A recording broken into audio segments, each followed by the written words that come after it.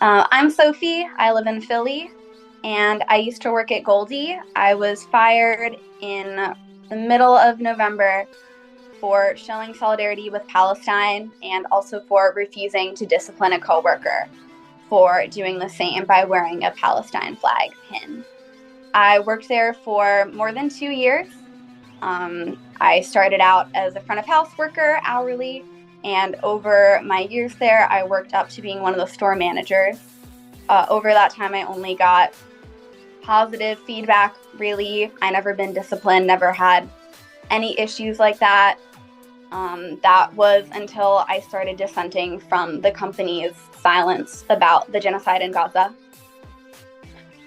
I felt compelled to speak up against the company while I still worked there because they held a big fundraiser raising more than $100,000 for this group called United Hatzalah of Israel. They presented it to us as nonpartisan, non-military aligned, just an EMS group like the Red Cross.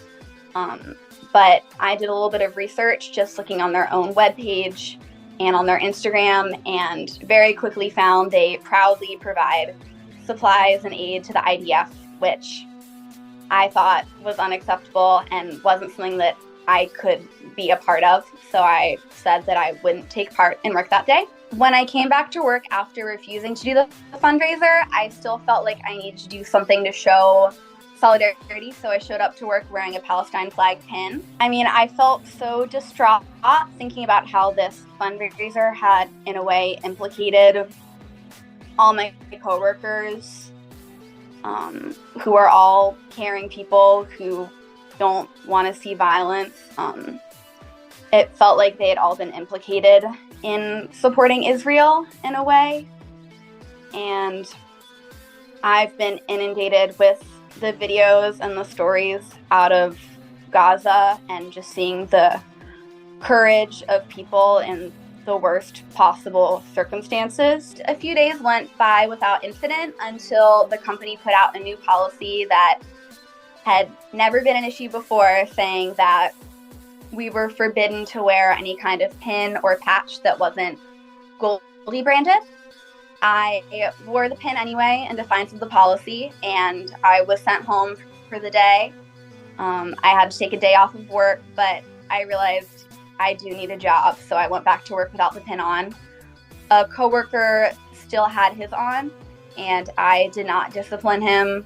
I let him keep wearing it because I would never, as a manager, censor somebody that I worked with for showing their heartfelt belief in human rights. It's just not something I would ever consider. And because I didn't send him home for wearing the pin, I was fired, and he was fired at the same time as me. When I saw the protests, I felt really distraught to see how politicians and other people on social media had been misconstruing it by saying that Goldie had been targeted for being a Jewish-owned business, which is not true. They were targeted for the positions they've taken for Israel, for Zionism. I also think that the way people have been equating anti-Zionism with anti-Semitism is very insulting to the protesters, who are people who care about justice in Palestine, who want to see peace. Many of them are Jews themselves, and just generally are people who want an end to the occupation, not any form of violence. And as a former worker at Goldie, I support the protesters. I support calling out the company's complicity in the occupation.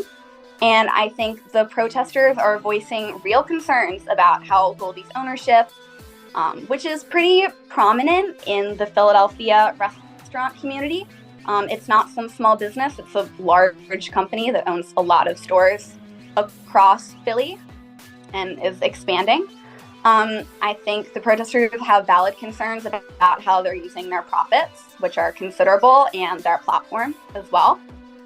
I also think this connects to a bigger issue about the so-called Palestine exception to free speech, where we're seeing workers all over the country who are being disciplined or fired or silenced for speaking up for Palestine.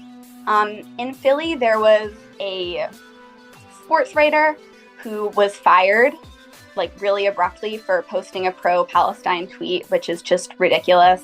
I think especially as Americans whose taxpayer dollars are going to fund a genocide right now, the least we can do is stand up and refuse to send one more bomb. No one should be getting censored or retaliated against for calling out the occupation or any other injustice that they see in their workplace or the world.